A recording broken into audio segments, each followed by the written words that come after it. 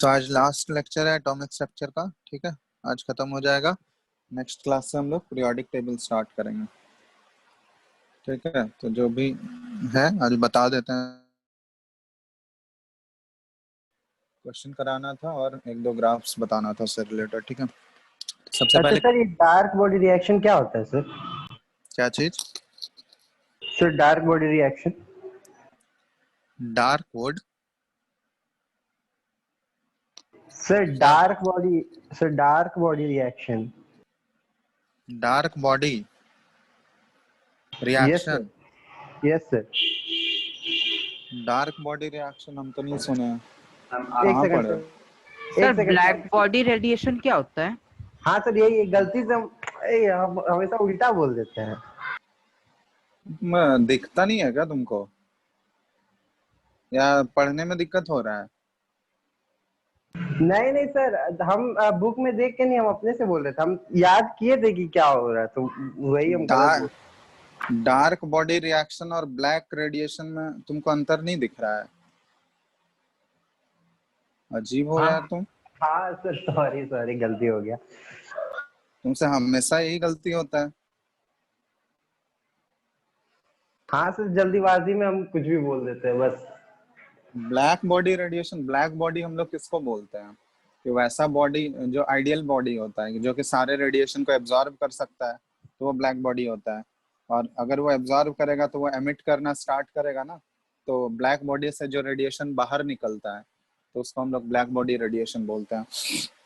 तो actually black body एक ideal body consider किया गया है, ठीक है। वो एक्चुअली होता नहीं है, कोई भी black body in reality exist नहीं करता है जो कि सारे रेडिएशन को एब्जॉर्ब करेगा, ठीक है। वैसा कोई बॉडी होता है क्या? थ्योरेटिकली बस बोला गया है कि एक ideal body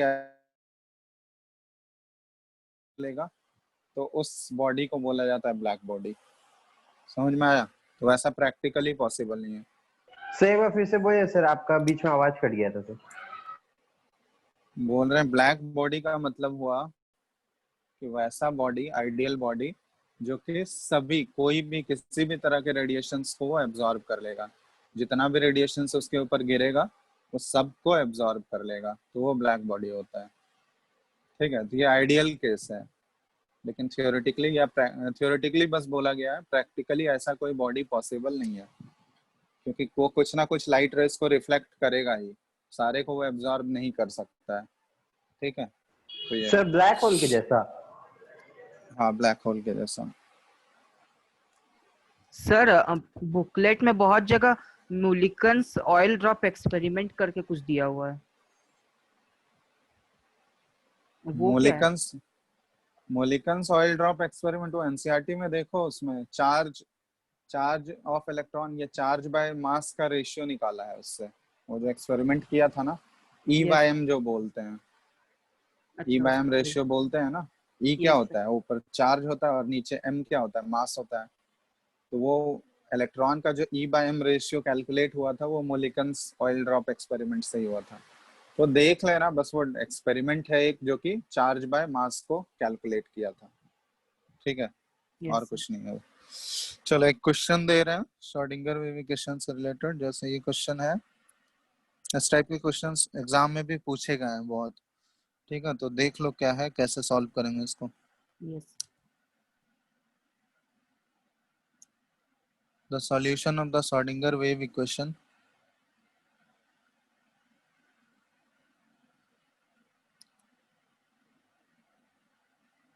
for hydrogen atom is, ठीक है। तो ये देखना, ये जो इक्वेशन होता है बहुत ही हाईली कॉम्प्लेक्स होता है, ये हम लोग को सॉल्व नहीं करना है, ये तुमको ऑलरेडी दिया रहेगा। तो ये जैसे वेव फंक्शन साई जो होता है, ये वेव फंक्शन डिनोट करता है। तो ये वेव फंक्शन, ठीक है, हाइड्रोजन के 2s ऑर्बिटल के लिए। तो इसका सॉल्यूशन दिया गया है कि 1/4 × 2 पाई पे पावर 1/2 इंटू 1/a0 पे पावर 3/2 और into 2 minus r/a0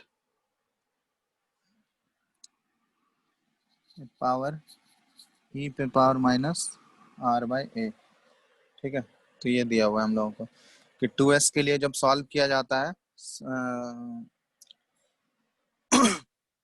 wave function का वैल्यू, साई का वैल्यू जो आता है, ये इक्वेशन के थ्रू इसको सॉल्व करने पाएगा। यहाँ पे where a naught is the Bohr's radius, ठीक है, ए नॉट जो है ये बोर्स रेडियस है,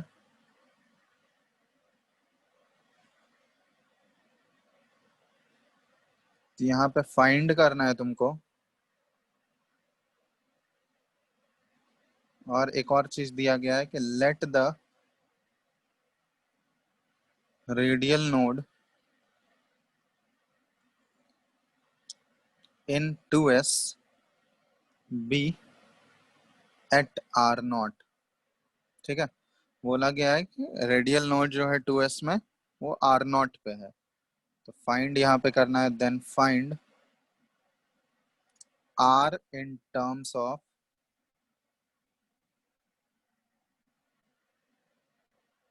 ए नॉट, ठीक है, r in terms of a naught निकालना है। तो देखो इस टाइप के क्वेश्चंस देखोगे बार बार पूछा जाता है एग्जाम में, ये इस टाइप के क्वेश्चन, ठीक है। ये भी क्वेश्चन आया हुआ है एग्जाम में, जेई में आया हुआ है। तो एक्चुअली ये बताए थे कि श्रोडिंगर इक्वेशन को जब सॉल्व किया जाता है, ठीक है, साई का वैल्यू, तो इससे हमको 3 प्रिंसिपल क्वांटम नंबर का वैल्यू पता चलता है। कौन कौन सा? एक प्रिंसिपल क्वांटम नंबर, दूसरा एजीमुथल क्वांटम नंबर, और तीसरा मैग्नेटिक क्वांटम नंबर। स्पिन के बारे में कोई भी इंफॉर्मेशन ये नहीं देता है, ठीक है। तो तुमको यहाँ पे बोला गया है, क्या बोला गया है कि साई का ये इक्वेशन दिया हुआ है, ठीक है, और बोला गया है कि रेडियल नोड जो है ये आर नॉट डिस्टेंस पे है, तो r in terms of a naught हमको निकालना है। तो यहाँ पे इसको कैसे प्रोसीड करेंगे? तो अगर नोड की बात आ रही है, ठीक है, तो कहीं भी अगर रेडियल नोड की बात हो रही है तो बताएं कि नोड पे क्या होता है कि जो हम लोग यहाँ पे साई स्क्वायर, साई का एक्चुअल में कोई सिग्निफिकेंस नहीं होता है, साई स्क्वायर का होता है, ये बताए थे ना, प्रोबेबिलिटी डेंसिटी जिसको बोलते हैं हम लोग। तो यस जहाँ सर। पे नोड होगा ना, तो वहां पे नोड में बताया ही गया है कि प्रोबेबिलिटी ऑफ फाइंडिंग इलेक्ट्रॉन क्या होता है, 0 होता है। कोई भी अगर नोड है तो नोड पे क्या होता है कि इलेक्ट्रॉन को फाइंड आउट करने का प्रोबेबिलिटी क्या होगा, वो 0 होगा। और उसी का जस्ट उल्टा ऑर्बिटल में होता है कि प्रोबेबिलिटी ऑफ फाइंडिंग इलेक्ट्रॉन वो सबसे मैक्सिमम होता है ना। तो अब प्रोबेबिलिटी ऑफ फाइंडिंग इलेक्ट्रॉन हम लोग कैसे निकालते हैं? तो वो किसी भी इक्वेशन का, अगर हमको साई का वैल्यू दिया गया है उस ऑर्बिटल के लिए, तो उसका जस्ट हम लोग स्क्वायर पुट कर देंगे। तो ये साई स्क्वायर निकालोगे तो इससे हमको क्या मिल जाएगा? इलेक्ट्रॉन का प्रोबेबिलिटी डेंसिटी मिलेगा, ठीक है। और नोड अगर बोला गया है तो इस इलेक्ट्रॉन का प्रोबेबिलिटी डेंसिटी किसके इक्वल होना चाहिए? 0 के इक्वल, है ना। समझ में आ रहा है? नोड यस के लिए सर। एक्चुअली में कैलकुलेट कर रहे हैं, तो नोड पे क्या होगा कि रेडियल प्रोबेबिलिटी डेंसिटी जो इलेक्ट्रॉन को फाइंड आउट करने का प्रोबेबिलिटी डेंसिटी वो 0 हो जाएगा, तो साई स्क्वायर का वैल्यू 0। तो अब यहाँ पे हमको 2s के लिए ही हम लोग निकाल रहे हैं, तो 2s के लिए इक्वेशन दिया गया हमको, तो ये वाले इक्वेशन में इसका स्क्वायर करो और इसको इक्वल टू 0 पुट करो, देखो क्या आ रहा है। अब स्क्वायर करोगे इसका तो जो जो कांस्टेंट है वो तो कोई मतलब नहीं है, यहाँ पे वेरिएबल क्या क्या हो रहा है। वेरिएबल देखो, ये ए नॉट यहाँ पे कांस्टेंट है, ये पूरा टर्म यहाँ पे कांस्टेंट है, ये वाला टर्म कांस्टेंट है, सिर्फ ये पॉइंट वेरी कर रहा है, ये वाला एक्सप्रेशन जो है वेरी करेगा, करेगा ना, क्योंकि आर यस है सर। यहाँ पे। तो आर तो वेरिएबल होगा, वो तो डिस्टेंस होता है from the centre of nucleus,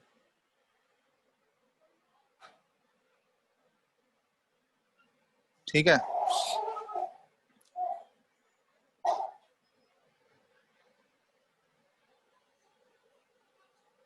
तो यहाँ पे इसका स्क्वायर करोगे तो ये सारा टर्म और ई पे ये एक्सपोनेंट वाला टर्म भी ये तो कांस्टेंट ही होगा। तो इसको अगर सारे कांस्टेंट को तुम उधर भेजोगे, स्क्वायर कर रहे हैं, इसको स्क्वायर करके हम लोग 0 पुट कर रहे हैं, ये सारा कांस्टेंट वाले को कांस्टेंट को 0 से मल्टीप्लाई कर दो वो तो 0 हो जाएगा। सिर्फ वैरी यहाँ पे क्या करेगा, इस इक्वेशन को स्क्वायर करने पे हमको ये वाला पार्ट मिलेगा। तो हम लोग लिख सकते हैं कि इस पूरे इक्वेशन को जब स्क्वायर किए तो जो कांस्टेंट वाला टर्म था उसको हम लोग राइट हैंड साइड में भेज के 0 से मल्टीप्लाई कर दिए, तो 0 ही हो गया, है ना। बात समझ में आ रहा है? Yes sir. तो बस यहाँ से हमको एक्सप्रेशन निकालना है, r in terms of a naught निकालना है। तो हमको पता है कि यहाँ रेडियल नोड पे साई स्क्वायर का वैल्यू 0 होता है, तो ये simple 2 minus r by a naught का स्क्वायर करोगे तो ये 0 है, इसका मतलब 2 minus r by a naught, ये भी 0 हो गया। तो यहाँ से रिलेशन क्या आ गया, R is equal to 2 a naught आ गया। ये बोलो। Yes sir. सर एक बार ब- और बता दीजिए ना प्लीज। बस सिंपल है। इस टाइप के क्वेश्चन में जहां भी तुमको इक्वेशन दिया हो ना, ठीक है, कि वेव फंक्शन का इक्वेशन दिया हुआ है और तुमको निकालना है कि उसका रेडियल नोड जो है वो कहाँ कहाँ पे फॉर्म होगा, तो रेडियल नोड निकालने के लिए सिंपल सा है, जो इक्वेशन दिया गया है उसका स्क्वायर कर दोगे और उसको इक्वल टू 0 पुट कर दोगे, क्योंकि हमको पता है कि नोड का फॉर्मेशन कहाँ पे होगा, जहाँ पे प्रोबेबिलिटी डेंसिटी क्या होगा, 0 होगा। बात समझ में आ रहा है? तो यस उसका सर। बस स्क्वायर करके इक्वल टू 0 पुट करो, जो कांस्टेंट वाला टर्म है वो तो 0 ही हो जाएगा, 0 से मल्टीप्लाई करोगे उधर तो, या 0 से डिवाइड करोगे वो 0 ही हो जाएगा। समझ में आ रहा है? जो वैरी करेगा उसके उसके बीच में हमको रिलेशन मिल जाएगा वहां से। ठीक है, जैसे यहाँ पे आर और ए नॉट के बीच में रिलेशन निकालना था, तो ये वाला टर्म सिर्फ वेरिएबल था यहाँ पे, तो इसका स्क्वायर कर दिया, इक्वल टू 0 पुट किए, तो ये रिलेशन आ गया। तो सिंपल इस टाइप के क्वेश्चन में बस तुमको कुछ नहीं, ये देखने में बस कॉम्प्लेक्स लगता है, स्क्वायर करके इक्वल टू 0 पुट करना है। ठीक है, कल जो क्वेश्चन पूछे थे वो वाला भी क्वेश्चन करा देंगे, पहले ग्राफ बता देते हैं फिर, यस सर। या फिर पहले करा ही देते हैं। देखो जैसे क्वेश्चन क्या था, है बुकलेट सबके पास? यस सर है। ये है क्वेश्चन नंबर, चलो लिख ही देते हैं। क्वेश्चन है the Schrodinger wave function for hydrogen atom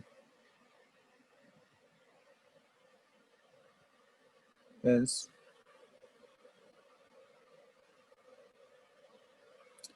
इसके लिए रेडियल वेव फंक्शन दिया गया है, साई रेडियल। ठीक है, ये 1/16 √4 z/a0 और 1 ⁵ और इधर s-1 और s² - 8s + 12 और इंटू e⁻⁻s/2, ये इसका फंक्शन दिया गया है। ठीक है, वेव फंक्शन का वैल्यू ये दिया गया है। अब इसमें निकालना है तुमको। ठीक है, where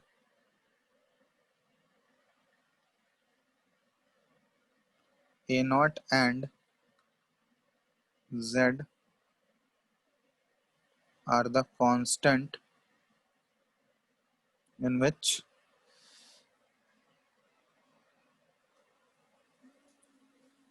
answer can be expressed,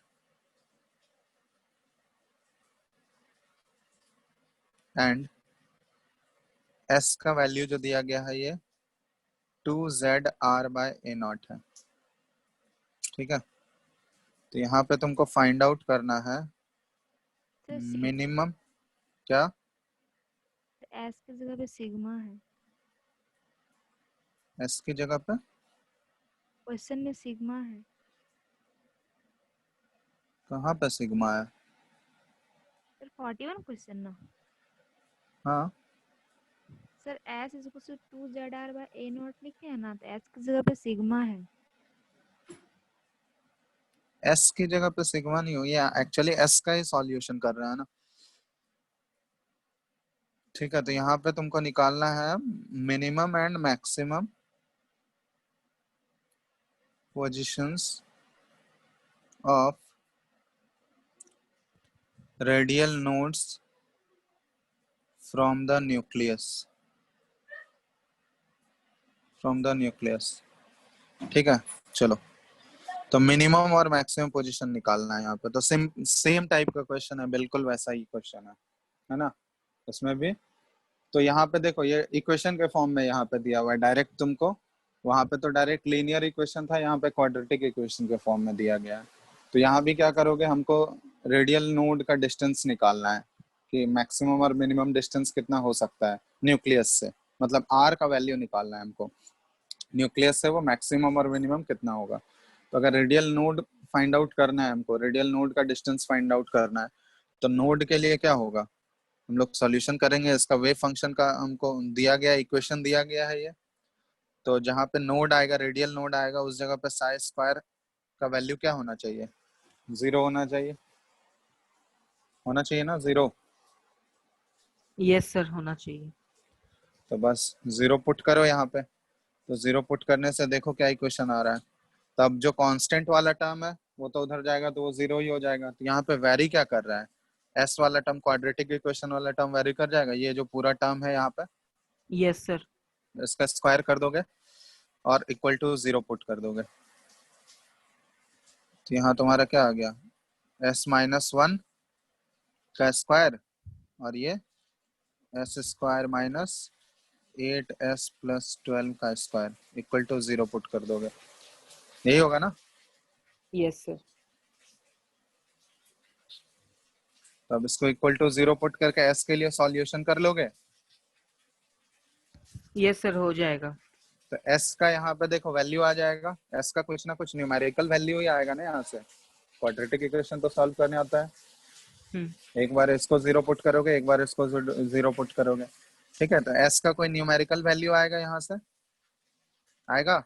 yes sir. तो न्यूमेरिकल वैल्यू अब यहाँ रिलेशन तुमको दिया है, s is equal to 2zr/a0। तो जो न्यूमेरिकल वैल्यू आएगा यहाँ पुट करोगे और यहाँ से r का वैल्यू निकाल लोगे। तो r का वैल्यू क्या आ जाएगा, 2 इंटू सॉरी s का वैल्यू जो भी आएगा तुम्हारा वहां पे पुट कर दोगे, तो s इंटू a0/2z ये आ जाएगा r। समझ में आया, यहाँ पे देख लेना। तो s वो डिपेंड करेगा कि s का वैल्यू क्या आ रहा है, तो उसके अकॉर्डिंग यहाँ पे पुट कर देना, ठीक है। सर क्वाड्रेटिक इक्वेशन के फॉर्म में तो मोर देन वन वैल्यू आएगा ना। हाँ, एक पॉजिटिव वैल्यू आएगा, एक नेगेटिव वैल्यू आएगा, देख दो वैल्यूज आएंगे ना, तभी तो एक मैक्सिमम पूछा गया, एक मिनिमम पूछा गया।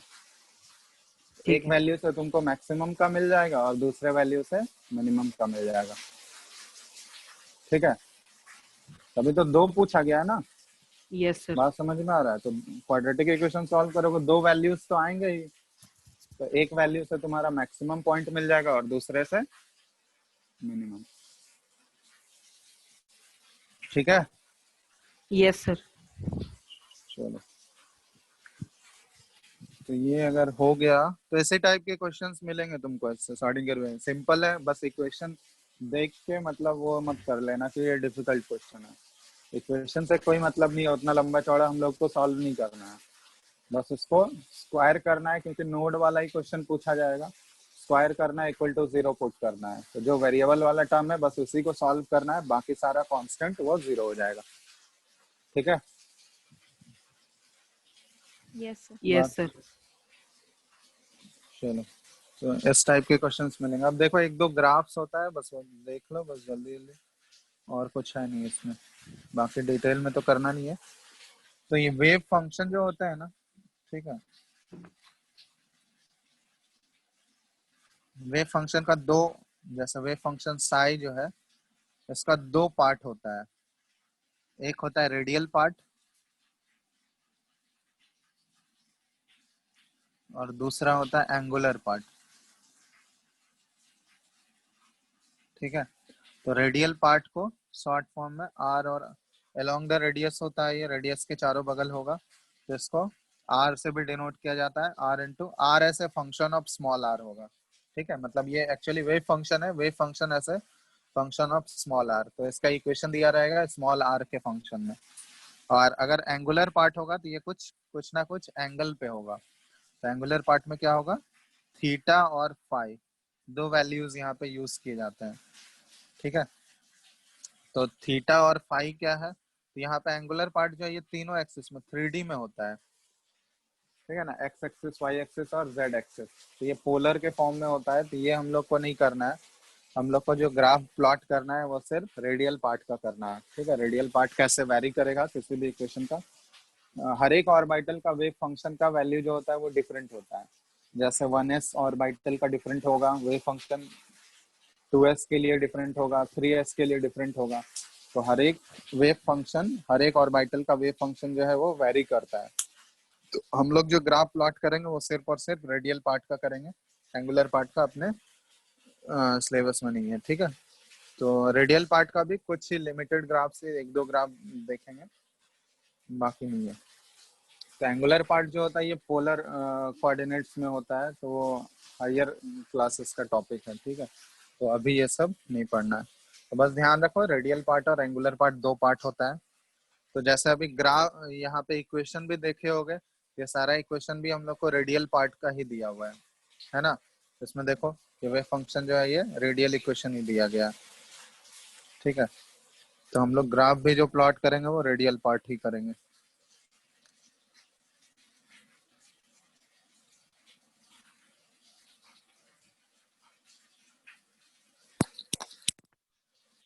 तो रेडियल पार्ट जो है ना, यहाँ पे एक चीज लिख लेना, रेडियल पार्ट जो है ये साइज ऑफ ऑर्बिटल के बारे में बताता है, ठीक है। ये इंफॉर्मेशन रेडियल पार्ट जो है साइज ऑफ ऑर्बिटल के बारे में इंफॉर्मेशन देगा, और एंगुलर पार्ट जो है ये शेप ऑफ ऑर्बिटल के बारे में इंफॉर्मेशन देगा, ठीक है। ये ध्यान रखना।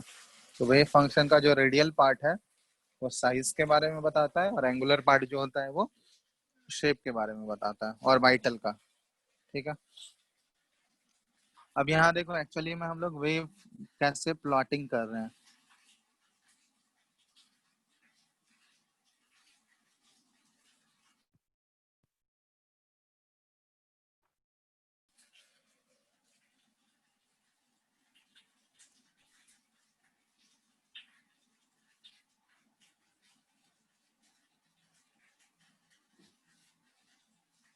एक सेकंड रुकना तो।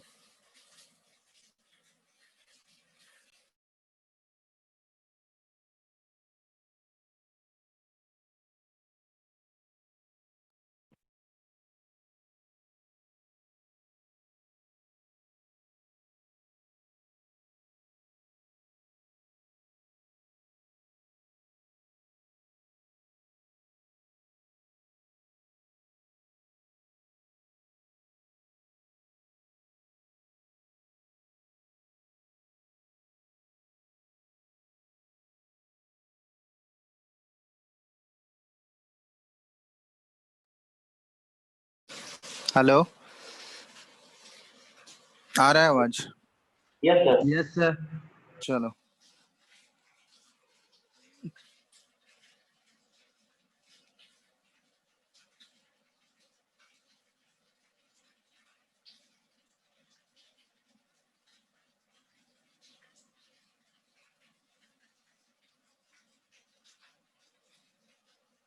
ठीक है। तो यहाँ पे देख रहे हैं, तो यहाँ पे एक टर्म आता है रेडियल प्रोबेबिलिटी डेंसिटी, इसको हम लोग लिख लेते। और जो साइज स्क्वायर था वो प्रोबेबिलिटी डेंसिटी था। यहाँ पे हम लोग radial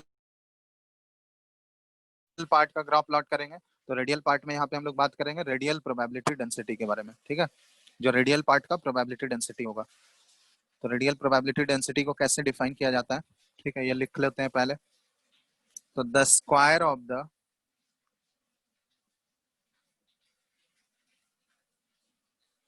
radial function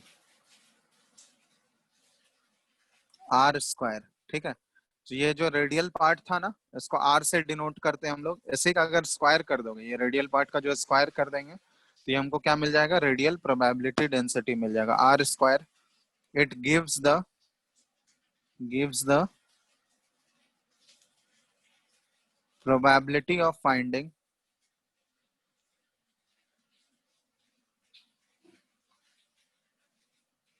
the electron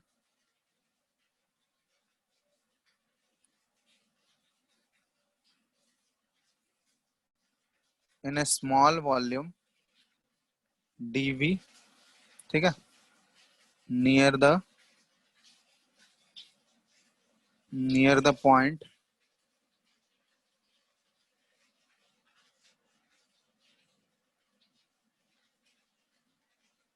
at which r is measured, ठीक है। ये ध्यान रखना। तो एक्चुअली रेडियल प्रोबेबिलिटी डेंसिटी जो है इसको आर स्क्वायर से डिनोट करते हैं।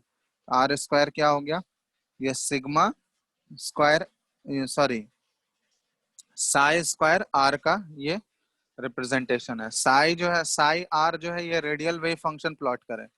साई आर अगर लिखा हुआ है यहाँ पे कहीं पे साई आर अगर लिखा हुआ है तो ये क्या है, ये क्या डिनोट कर रहा है, रेडियल वेव फंक्शन डिनोट कर रहा है। ठीक है, ये है रेडियल वेव फंक्शन। अगर आर लिखा हुआ है ना स्मॉल आर, तो इसको बोलते हैं हम लोग रेडियल वेव फंक्शन। और इसी रेडियल वेव फंक्शन का अगर स्क्वायर कर दोगे, तो रेडियल वेव फंक्शन का अगर स्क्वायर कर दिए तो ये हमको रेडियल प्रोबेबिलिटी डेंसिटी बताता है। समझ में आया? जैसे हम लोग साई था, साई नॉर्मल वेव फंक्शन होता था, साई का स्क्वायर कर देते थे तो वो क्या होता था, प्रोबेबिलिटी डेंसिटी होता था। उसी तरह यहाँ पे सिर्फ और सिर्फ रेडियल पार्ट का हम लोग देख रहे हैं। तो साई, अगर साई के साथ आर लिखा हुआ है तो ये रेडियल वेव फंक्शन हो गया। इसी का स्क्वायर कर दोगे, साई स्क्वायर आर होगा, तो ये रेडियल प्रोबेबिलिटी डेंसिटी होगा। ठीक है, तो ये रिप्रेजेंटेशन है रेडियल पार्ट का। ठीक है, अब इसको देखते हैं हम लोग ग्राफ्स में कैसे इसको प्लॉट करते हैं। तो दोनों का ग्राफ हम लोगों को प्लॉट करना है। ठीक है, तो यहाँ पे दिख रहा है,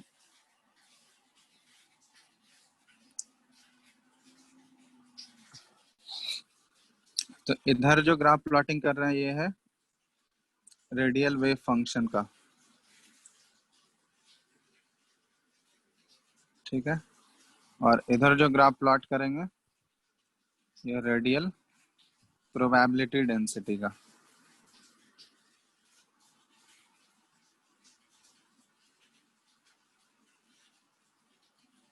ठीक है, रेडियल वेव फंक्शन और रेडियल प्रोबेबिलिटी डेंसिटी। तो यहाँ पे पहला जो हम लोग कर रहे हैं, क्योंकि ये बताए हैं तुम लोग को कि हर एक ऑर्बिटल का जो होता है वेव फंक्शन का वैल्यू डिफरेंट होता है, हर एक ऑर्बिटल का इक्वेशन जो है वो डिफरेंट होता है। ठीक है, तो सबसे पहले हम लोग देख रहे हैं 1s के लिए। 1s ऑर्बिटल के लिए ग्राफ का नेचर कैसा आएगा। ठीक है, तो ये हम लोग देख रहे हैं फॉर 1s। तो y एक्सिस पे ले रहे हैं हम लोग यही radial wave function psi R, और x एक्सिस पे ले रहे हैं हम लोग डिस्टेंस।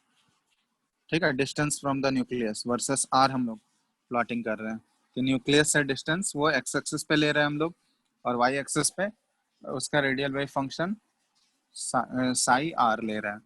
तो 1s में क्या देखोगे कि 1s के केस में देखोगे कि न्यूक्लियस से जैसे जैसे हम लोग दूर जाते जाएंगे तो इलेक्ट्रॉन डेंसिटी क्या होते जाएगा। सबसे मैक्सिमम जो इलेक्ट्रॉन डेंसिटी होगा वो कहाँ पे होगा, न्यूक्लियस के पास होगा। कंसंट्रेटेड होता है ना, एस ऑर्बिटल का अगर शेप पढ़े होगे तो एस ऑर्बिटल का शेप में क्या होता है, वो इलेक्ट्रॉन जो है कंसंट्रेटेड होता है अराउंड द न्यूक्लियस। जो सेंटर होगा उसके अराउंड जो होगा इलेक्ट्रॉन डेंसिटी बहुत ही ज्यादा होगा।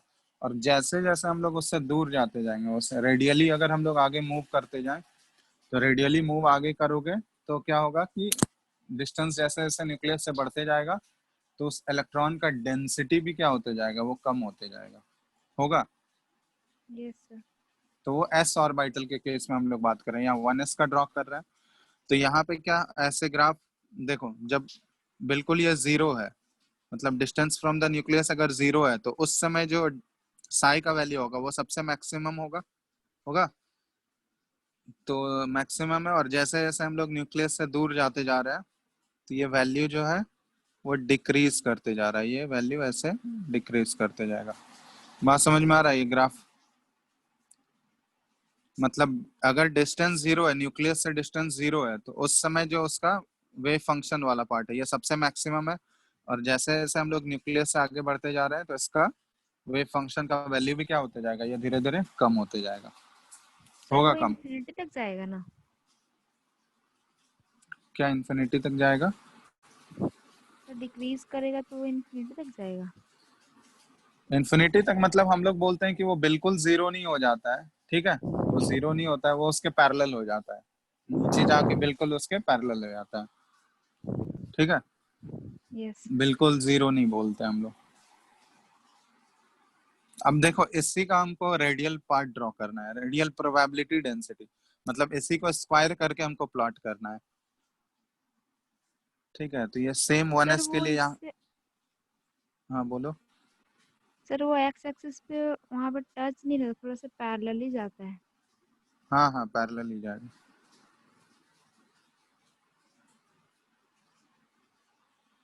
ठीक है, इसी का हम लोग स्क्वायर वाला पार्ट ड्रॉ कर रहे हैं।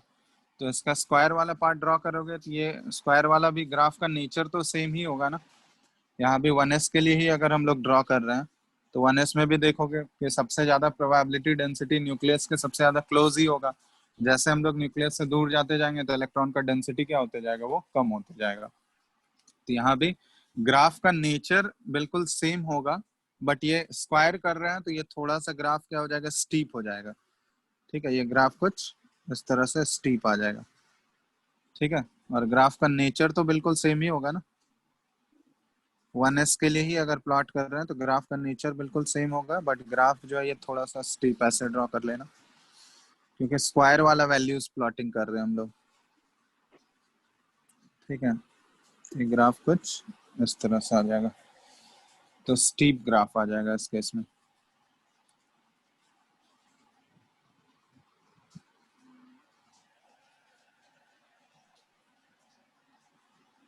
ठीक है, तो ये हो गया वन एस के लिए। इसी तरह हम लोग टू एस के लिए भी प्लॉट कर सकते हैं।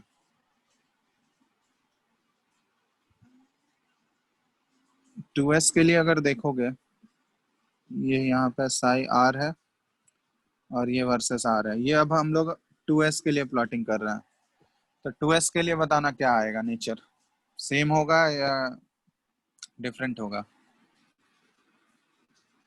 तो टू एस में कितने, कोई रेडियल नोड मिलेंगे क्या हमको? टू एस में बताओ तो कोई रेडियल नोड है या नहीं है? नंबर ऑफ रेडियल नोड्स बताना है तुमको टू एस में।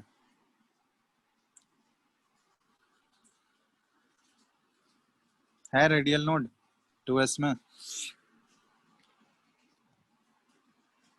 बोलो हाँ या नहीं। नो 0। सर।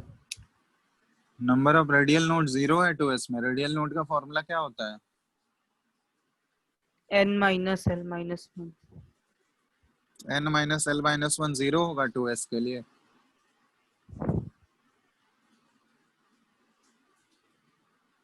सर 1 होगा।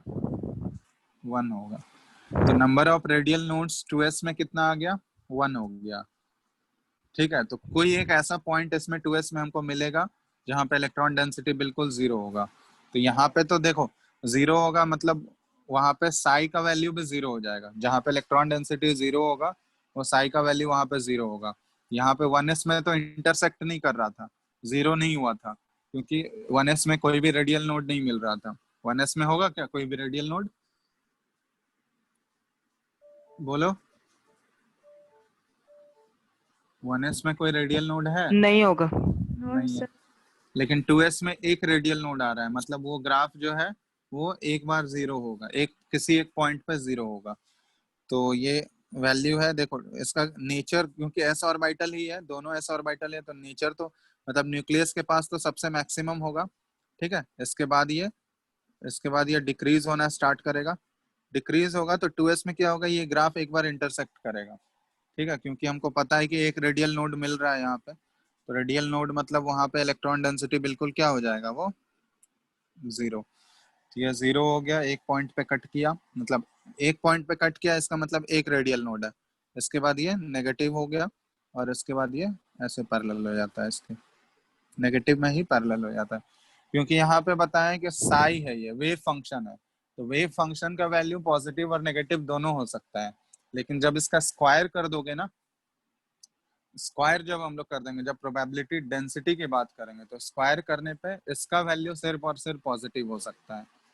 लेकिन रेडियल वेव फंक्शन जो है ये पॉजिटिव नेगेटिव दोनों हो सकता है, बट प्रोबेबिलिटी डेंसिटी जो है वो सिर्फ और सिर्फ पॉजिटिव होगा। तो ये वाला जो पॉइंट है, ये पॉइंट क्या डिनोट कर रहा है, ये रेडियल नोड शो कर रहा है। मतलब ये रेडियल नोड है, मतलब इसलिए यहाँ पे इसका साई का वैल्यू क्या हो गया, ये 0 हो गया। ठीक है, अब Yes. इसी का अगर हम लोग ये वाला पार्ट प्रोबेबिलिटी डेंसिटी वाला पार्ट ड्रॉ करेंगे तो ग्राफ का नेचर बिल्कुल देखो वैसे जो पॉजिटिव पार्ट है तो पॉजिटिव पार्ट तो नेचर सेम ही होगा, बट जो नेगेटिव पार्ट है इसका वैल्यू तो नेगेटिव नहीं हो सकता है। हो सकता है क्या? No sir. नेगेटिव हो सकता है? नहीं हो सकता है। तो यहाँ पे जो नेगेटिव वाला पार्ट है उसी का मिरर इमेज ले लोगे पॉजिटिव में। तो यहाँ पे साई स्क्वायर आर, तो यहाँ देखो ये ग्राफ थोड़ा सा स्टीप हो जाएगा, ये ग्राफ ऐसे आएगा, एक पॉइंट पे टच किया यहाँ पे, ठीक है, यहाँ पे एक रेडियल नोड आ रहा है इसका मतलब, और जो इसका नेगेटिव वाला पार्ट था इसी नेगेटिव वाले पार्ट का ऊपर जो है मिरर इमेज ले लेंगे इसमें, क्योंकि यहाँ पे जो है ये ग्राफ इसका नेगेटिव वैल्यू नहीं हो सकता है। तो नेगेटिव नहीं हो सकता है तो इसमें हम लोग ये कुछ इस टाइप का इसका मिरर इमेज ले लिया ऊपर, ठीक है। तो ये कुछ ऐसा आया, तो ये ध्यान रखना इसमें नेगेटिव वैल्यू कोई नहीं आएगा, इसमें सिर्फ और सिर्फ पॉजिटिव वैल्यू ही रहेगा, ठीक है, क्योंकि स्क्वायर कर रहे हैं तो किसी भी नंबर का स्क्वायर करोगे तो वो कभी भी, इक्वेशन का स्क्वायर करोगे तो वो कभी भी नेगेटिव नहीं हो सकता है, ठीक है। और ये एक पॉइंट पे टच कर रहा है, एक पॉइंट पे टच कर रहा है तो ये क्या शो कर रहा है, इस पॉइंट पे क्या है, यहाँ पे एक रेडियल नोड आ रहा है, मतलब 2s में एक रेडियल नोड आ रहा है। तो देख रहे हो ना हर एक ऑर्बिटल का नेचर जो है ये क्या है, डिफरेंट है ना। अब इसी तरह हम लोग 2p के लिए भी प्लॉटिंग कर सकते हैं।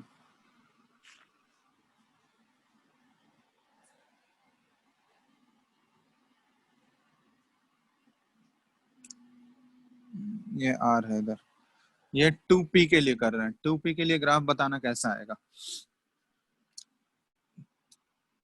अब p देखो, p जो है वो मैक्सिमम से स्टार्ट होगा या जीरो से स्टार्ट होगा। p में देखो p का जो शेप होता है ना ये डम्बल शेप होता है ना। p का शेप बता चुके हैं तुम लोगों को। Dumbbell तब shape. डम्बल शेप है तो जो बीच वाला पॉइंट होता है, तो बीच वाले पॉइंट पे कोई इलेक्ट्रॉन होता है क्या? बीच वाले पॉइंट पे इलेक्ट्रॉन डेंसिटी होता है? No sir. नहीं सर. नहीं होता है, ठीक है। तो बीच में तो बिल्कुल जीरो है, मतलब जो न्यूक्लियस जो सेंट्रल पॉइंट है वो तो वहां पे इलेक्ट्रॉन डेंसिटी बिल्कुल जीरो है। तो आर का वैल्यू अगर जीरो होगा तो वहां पे वो ग्राफ जीरो से स्टार्ट होगा, और जैसे जैसे आर बढ़ता है तो आर बढ़ता है तो इलेक्ट्रॉन डेंसिटी भी क्या होगा, वो बढ़ेगा। आर बढ़ने से इलेक्ट्रॉन डेंसिटी बढ़ेगा और एक Yes. पॉइंट के बाद वो घटने लगेगा, क्योंकि शेप ऐसा होता है ना, यहाँ पे देखो ड्रॉ करके बताते हैं, पी ऑर्बिटल का शेप ऐसा होता है ना। तो जो यस सर। सेंटर है, तो यहाँ पे तो इलेक्ट्रॉन डेंसिटी ये तो ज्वाइन कर दिए हैं, बट यहाँ पे ज्वाइन नहीं होता है ऐसे, ये अलग अलग होते हैं, ठीक है। तो ये बताए थे यहाँ पे तो इलेक्ट्रॉन डेंसिटी बिल्कुल जीरो है ना। Yes sir. तो अब सेंटर से हम लोग इधर मूव किए, ठीक है, तो सेंटर से इधर मूव किए तो इलेक्ट्रॉन डेंसिटी क्या हो रहा है, धीरे धीरे बढ़ रहा है। तो यहाँ तक तो बढ़ा, यहाँ तक बढ़ा, फिर इसके बाद क्या होता है कि एक सर्टेन पॉइंट तक, यहाँ तक ये मैक्सिमम पॉइंट तक पहुंचा, उसके बाद ये फिर क्या होगा, ये डिक्रीज होना स्टार्ट होगा। Yes sir. तो यहाँ पे ग्राफ का नेचर कैसा आ जाएगा, देखो ये ग्राफ जीरो से स्टार्ट होगा क्योंकि r इक्वल टू जीरो पे इलेक्ट्रॉन बिल्कुल जीरो है, फिर उसके बाद ये इंक्रीज हुआ और एक मैक्सिमम पॉइंट तक पहुंचने के बाद ये फिर क्या होता है, ये डिक्रीज करना स्टार्ट करता है, ठीक है। ये डिक्रीज करके इसके बाद ये पैरेलल हो जाएगा, तो बिल्कुल जीरो नहीं बोलते हम लोग, ठीक है, वो पैरेलल हो जाएगा उसके। तब ये 2p में यहाँ भी देखो ग्राफ कट नहीं किया, क्योंकि 2p में कोई रेडियल नोड होगा क्या? नहीं है. 2p में भी रेडियल नोड क्या है, जीरो है, तो इसीलिए यहाँ पे ग्राफ कहीं कट नहीं कर रहा है।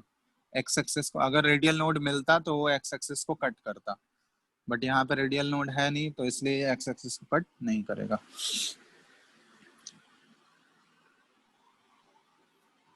ठीक है। अब इसी का हम लोग स्क्वायर वाला पार्ट कर रहे हैं प्लॉटिंग, साई स्क्वायर आर, यहाँ पे आर, तो यहाँ तो कोई नेगेटिव पार्ट है नहीं, सारे पॉजिटिव पार्ट ही हैं, तो ये भी ग्राफ जो है बिल्कुल जीरो से ही स्टार्ट होगा, ठीक है।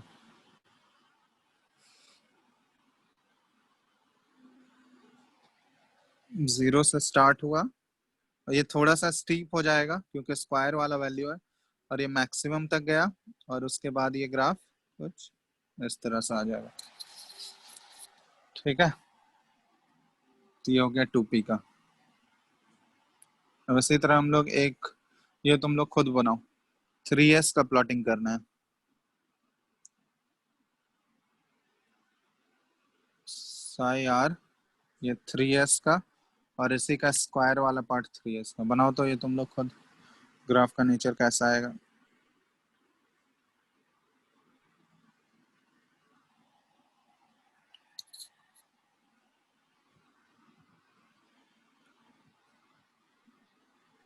वर्सेस आर,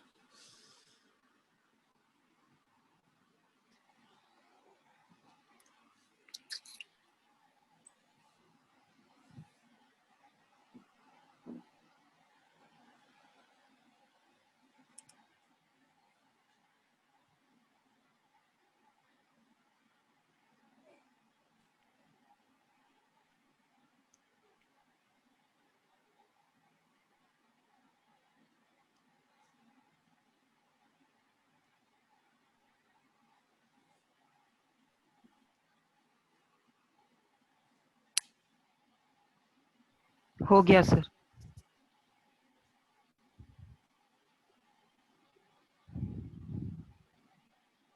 हो गया। Yes sir. कितने रेडियल नोड आए। 2 रेडियल नोड है तो कितने बार ये एक्स एक्सिस को क्रॉस करेगा। सर, 2 बार।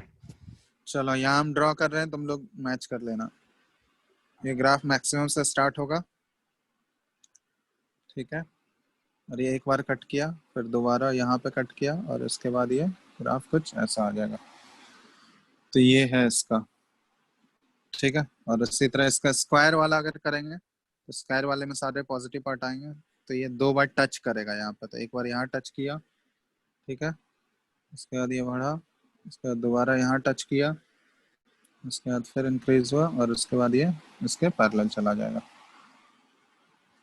यही आया यस था। यस सर, यही आया था।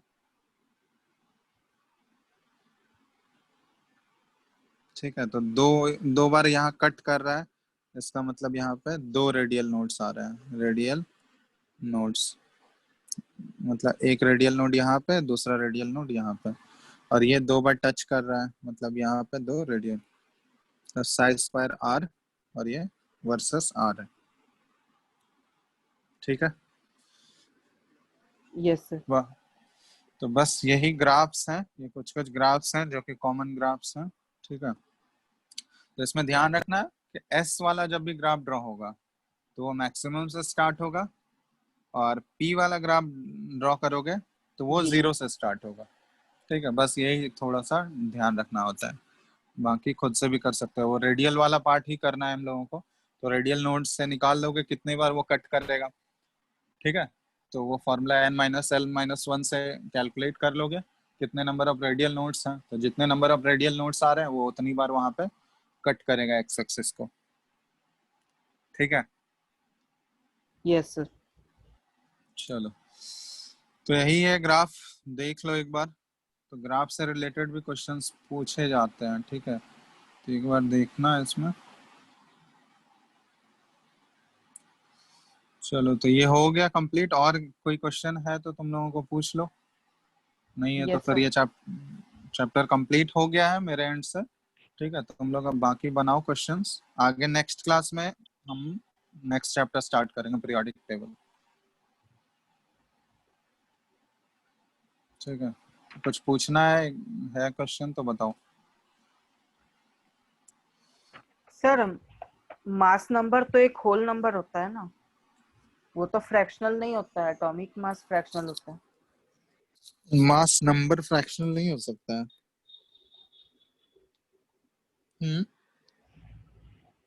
अच्छा, हाँ ठीक है सर। एसर्टेशन रीजन का एक क्वेश्चन है, सेक्शन जी। असर्शन रीजन, हाँ बोलो। पहला क्वेश्चन है उसका, एसर्टेशन रीजन का। नहीं समझ आ रहा स्टेटमेंट। सेक्शन कौन सा है। जी, एक्सरसाइज 4 में सेक्शन जी है। कॉम्प्रिहेंशन के बाद है क्या? मैच द हाँ, फॉलोइंग ये सब के बाद है। अच्छा, सेक्शन जी पहला है जो yes sir. Energy emitted when an electron jump from n5 से 2 is less than when an electron jumps from 2 से 1 in all hydrogen like atom। ठीक है, दूसरा, तो अगर 5 से 2 आएगा और 2 से 1 आएगा, ठीक है, तो ये ट्रू हो सकता है क्या? डिफरेंस निकालो, पहले हाइड्रोजन के लिए करके देखो। हाइड्रोजन के लिए करके देखोगे तो हमको पता है कि 2 से अगर 1 जंप होता है तो वहां पे डिफरेंस कितना होता है? 10.2 इलेक्ट्रॉन वोल्ट का होता है ना? Yes sir. क्योंकि सबसे ज्यादा एनर्जी गैप तो 1 और 2 के बीच में ही होता है। उसके बाद तो यस सर। गैप हाँ, जो होता है वो बहुत ही ड्रास्टिकली रिड्यूस होते जाता है। कम होते क्लियर है जाते ना? हैं। यस तो सर। बहुत ही गैप कम है। तो 5 से 2 में अगर आएगा तो 5 से 2 में ऑब्वियसली वो एनर्जी जोड़ोगे भी 5 से 2 के भी, तो 5 का देखोगे, 2 का तो होता है -3.4 हाइड्रोजन के लिए, और 5 का कितना होगा? n=5 का एनर्जी 4 तक का तुम लोग को बताए थे 0.53 होता है ना? Yes sir. तो हाँ, वो और उससे कम, और उससे कम होगा। मतलब बढ़ेगा, नेगेटिव में बढ़ेगा, उसको बोलते हैं हम लोग, मतलब हाँ। इंक्रीज हो रहा है ना एनर्जी। हाँ। तो वो मान लो 0.5 हुआ, उसी के आसपास आएगा, कुछ कैलकुलेट कर लेना। तो यस सर। 3.4 और 0.4 दो डिफरेंस अगर निकालोगे तो 10.2 के मुकाबले तो कहीं कम होगा ना वो वैल्यू, यस क्योंकि सर। 2 से 1 का डिफरेंस तो बहुत ही ज्यादा है गैप। समझ में आ रहा है? तो यस वो सर। गैप जो है वो ऊपर जैसे हम लोग जाते हैं तो ड्रास्टिकली वो गैप कम होता है। तो सबसे मैक्सिमम जो एनर्जी का गैप है वो 2 से 1 वाले में ही है। ठीक है, यस सर। और वो क्या स्टेटमेंट 2 क्या है? The total energy difference between first and second energy level is greater than any of the two energy level provided L is not provided ये तो L sir L is not L है या 1 है? L is not a part of those L है। two मतलब यहाँ पे बोला गया कि total energy difference between 1 and 2। हाँ, तो ये तो करेक्ट है, तो ये वाला करेक्ट होगा तभी तो पहला वाला करेक्ट है। यस सर, ऑप्शन ए हो जाएगा। Sir fill in the blanks है question number 2। Fill in the blanks का question number 2। h by p is the angular momentum of electron in the dash orbit of He plus। तो orbital angular momentum क्या होता है जी? Sir orbital वही angular लिखा है। मोमेंटम, हाँ, ऑर्बिटल एंगुलर मोमेंटम का फॉर्मूला क्या बताए थे? Orbital angular momentum under under root root l into l l into plus 1 into h h by by 2 pi. h/2 pi, है ना? Yes sir. और यहाँ पे एक और बताया गया था mvr is equal to nh/2 pi था। ठीक है, और ये डी ब्रॉगलीज इक्वेशन, ये एक्चुअली तुमको h/p के फॉर्म में पुट करना है। ठीक है, यस सर। तो h/p के फॉर्म में कहाँ से लाओगे? Lambda is equal to h/p आता था, है ना? तो यहाँ से हम लोग पुट कर सकते हैं h/p मतलब mvr इक्वल टू nh/2 पाई।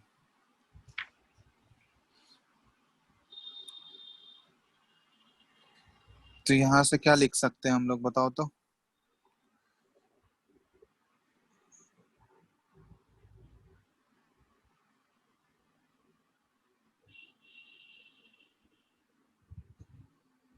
यहाँ पे सब्स्टिट्यूट करो ना, पाई के 2 पाई की जगह पे हम लोग क्या सब्स्टिट्यूट कर सकते हैं?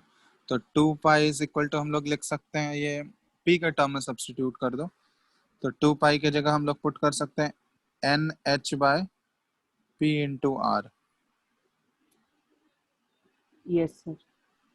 ठीक है, तो यहाँ पे h/2 पाई की जगह पुट कर दो nh/p पी आर, तो पी आर ऊपर चला गया।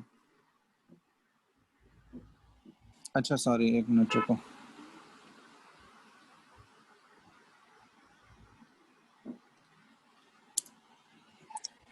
यहाँ पे है कि एंगुलर मोमेंटम हमारा आना चाहिए h बाई पी के इक्वल आना चाहिए। h by P is the angular momentum of the electron in the dash orbit पूछा गया है, ठीक है। तो यहाँ पे h बाई पी मतलब हमको एंगुलर मोमेंटम चाहिए h बाय एम वी, ठीक है। तो यहाँ पे हमको कैंसिल आउट क्या करना है, इस एक्सप्रेशन को हम लोग, ठीक है, इस एक्सप्रेशन को हमको h बाय एम वी में बदलना है। तो उसके लिए ये एंगुलर मोमेंटम का फॉर्मूला होता है, और एक और फॉर्मूला बताए थे, m v r is equal to n h by two pi, ठीक है। तो इसके लिए देखो यहाँ पे एक चीज ध्यान देना कि इसके जगह हमको क्या पुट करना है, एम वी के जगह हम लोग पी पुट कर दिए, ठीक है। यस। तो P इंटू आर, और ये हो गया N into h by two pi. तो यहाँ पे हमको जो एंगुलर मोमेंटम चाहिए वो क्या चाहिए, h बाई पी चाहिए, ठीक है, h बाई पी चाहिए। तो उसके लिए n और r कितना होना चाहिए, तो कौन से ऑर्बिट के लिए पूछा गया है, तो कौन सा ऑर्बिट के लिए हो जाएगा, मतलब कौन से orbit of He plus. Yes sir. तो He प्लस के कौन से ऑर्बिट में h बाई पी आ जाएगा तुम्हारा,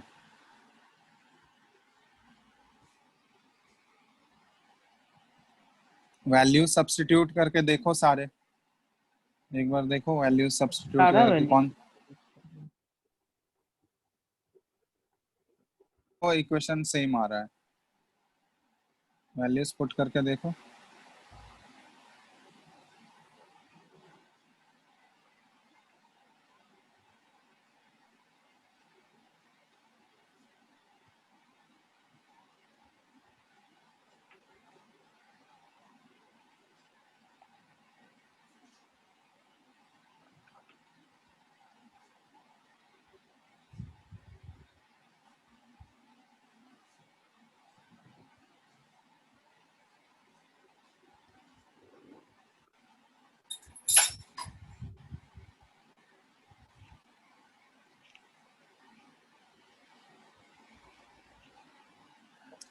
को लग रहा है यार h बाई पी नहीं होना चाहिए यार, ये क्वेश्चन थोड़ा सा एरर है, h बाई पाई होना चाहिए।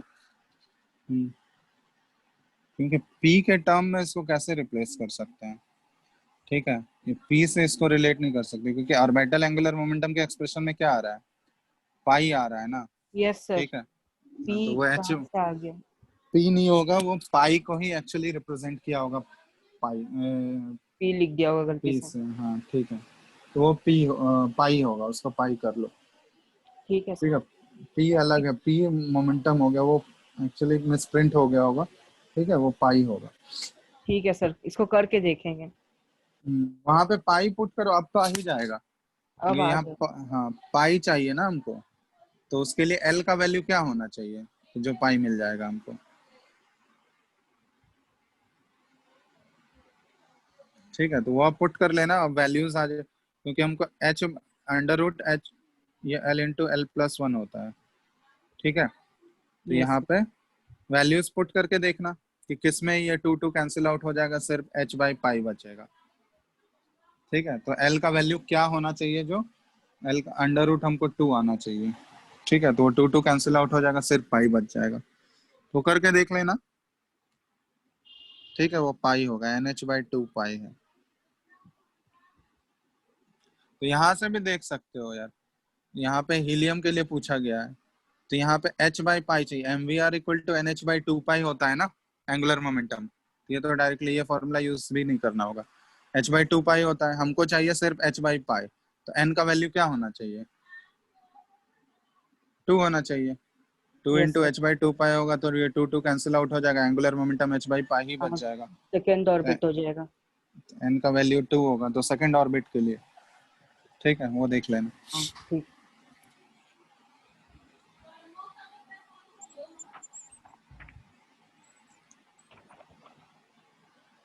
और है किसी का कुछ?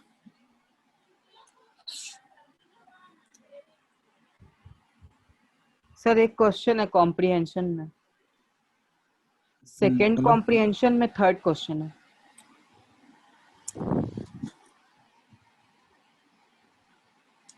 सेकंड कॉम्प्रिहेंशन में third question, the element which has as many s electrons as p electrons but belong to third period। तो नंबर ऑफ इलेक्ट्रॉन्स काउंट करना है जिसमें कि s और p बराबर हो, number of electrons in s orbital और number of electrons in p orbital, और वो थर्ड पीरियड में बिलोंग करता है। तो इसमें ऑक्सीजन तो थर्ड पीरियड का एलिमेंट है नहीं, वो तो सेकंड पीरियड में आता है। मैग्नीशियम ये थर्ड पीरियड का मैग्नीशियम एलिमेंट थर्ड है। पीरियड का एलिमेंट है। एल्यूमिनियम भी थर्ड पीरियड का है, और कार्बन ये तो सेकंड पीरियड का है। Yes sir. कार्बन तो आएगा नहीं, तो मैग्नीशियम और एल्यूमिनियम में ही से कोई आएगा। तो देख लो, इसमें कॉन्फ़िगरेशन लिख के देख लो।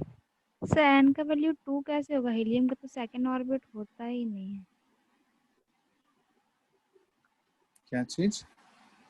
सर एन का वैल्यू 2 कैसे होगा?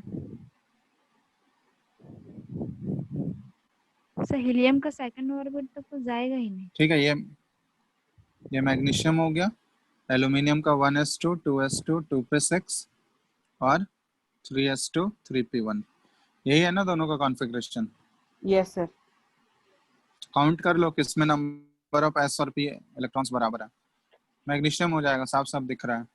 mg, हाँ s के 2 4 6 आ गए और p का भी हाँ 6 सर, है, हाँ हाँ इक्वल mg है। हो जाएगा। हाँ, क्या बोल रही थी? सर एन का वैल्यू 2 आया ना, तो हीलियम में hello, second orbit. Hello sir. Orbit तो रहते ही है ना वहां पे, ऑर्बिट तो रहेगा ही, भले ही इलेक्ट्रॉन वहां पे नहीं है, इलेक्ट्रॉन इलेक्ट्रॉन ऑर्बिट तो वहां रहेगा ही, ऐसा थोड़ी है। ठीक है, यस सर। वो कुछ नहीं है तो वहां पे खाली रहेगा, इलेक्ट्रॉन नहीं है तो ऑर्बिट तो एग्जिस्ट करता ही है, वो तो रहेगा ही।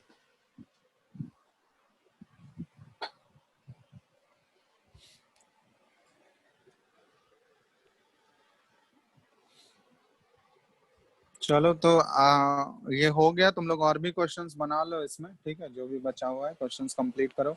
एनसीईआरटी भी कंप्लीट कर लेना, प्रीवियस ईयर भी बनाओ, ठीक है। सर बाकी ये सब आता है एग्जाम में, fill in the blanks, matrix match, fill in JEE the में, ब्लैंक्स क्यों आएगा? जेई में ये सब जो जेई दिया जेई का हुआ है। पेपर नहीं देखे हो अभी तक तुम लोग? सर हम तो बस इंटीजर मैट्रिक्स टाइप और मैच तो ऑब्वियसली एमप्लीट्यूड। रहता ही है, कॉम्प्रिहेंशन रहता है, इंटीजर टाइप रहता है, मोर देन वन करेक्ट रहता है, सिंगल करेक्ट रहता है। पेपर एक बार देख लो। Yes sir.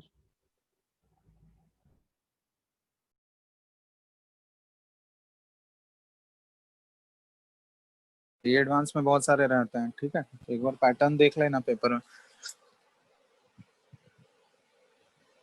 Yes sir. ठीक है, चलो बनाओ, इसको कंप्लीट करो, आगे नेक्स्ट क्लास में हम लोग पीरियोडिक टेबल स्टार्ट करेंगे, ठीक है। Yes sir. चलो, thank you sir. Thank you sir. चलो, थैंक यू।